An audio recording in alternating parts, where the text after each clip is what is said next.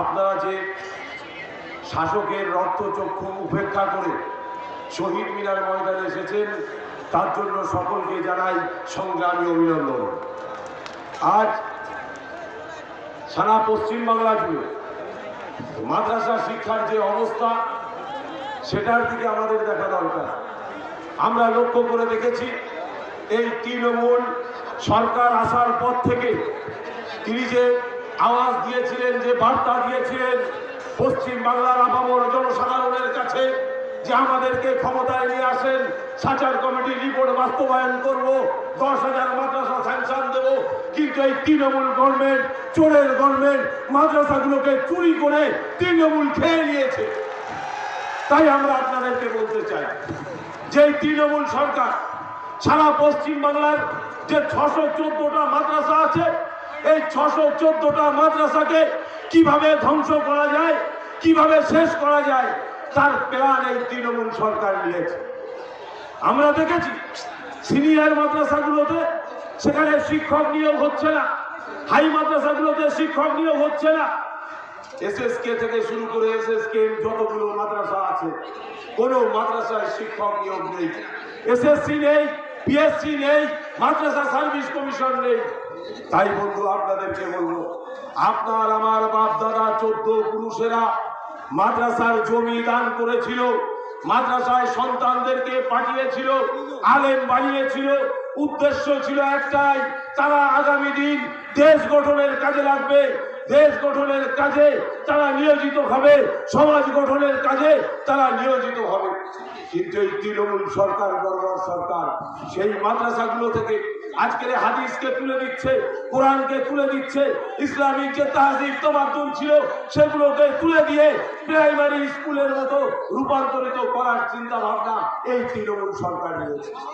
এবং আরো আপনাদেরকে জেনে রাখতে হবে, এই তৃণমূল সরকারের আমলে এই পশ্চিম বাংলার বুকে এক শ্রেণীর মাদ্রাসার টিচার তারা রাজপথে আন্দোলন করছে। কি জন্য আন্দোলন করছে? তারা আন্দোলন করছে মাদ্রাসার ছাত্রদেরকে মিড ডে মিলের ব্যবস্থা করতে হবে, মাদ্রাসায় শিক্ষক নিয়োগ করতে হবে, এই দাবিতে তারা আন্দোলন করছে। কিন্তু এই দিদিমণি এত বড় বর্বর, এত বড় নিচ মনের বাংলার আপনার আমার মানুষকে, আপনার আমার সমাজের ভাইদেরকে, বোনেদেরকে দুধের গায়ে ভাবে। তাই তিনি এদের সন্তানদেরকে দুবেলা দুটো খাওয়ার জন্য ন্যূনতম মিড ডে মিলের ব্যবস্থা এই তৃণমূল সরকার করতে পারে না।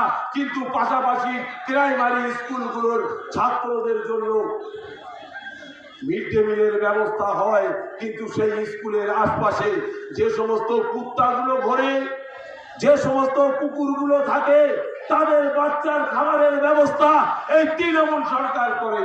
তাই বন্ধু, আপনাদেরকে বলবো, আপনাকে আমাকে কুত্তার বাচ্চার থেকেও খারাপ যদি কেউ ভেবে থাকে, তার নাম হলো এই টিচারিতার মমতা ব্যানার্জি। তাই আপনাকে আমাকে সজাগ হতে হবে।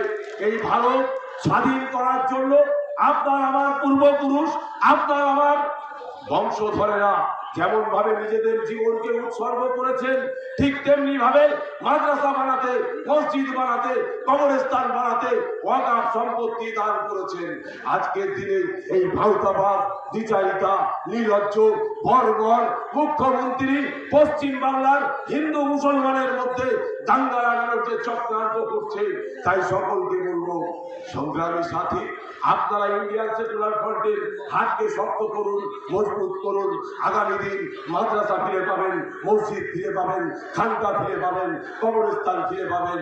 যে যে দল থেকে বিলং করেন, যে যে সমাজ থেকে বিলং করেন, তবলিগ, ফুরফুরা, দেওবন্দি, ওহাবি, রামজাবি, যত ফেরকা আছে, যত দল আছে, সকলকে বলবো, দিনের স্বার্থে, জনগণের স্বার্থে, দেশের স্বার্থে মাদ্রাসা বাঁচাতে ঐক্যর ডাক আজকের এই শহীদ মিনার ময়দান থেকে দিলাম।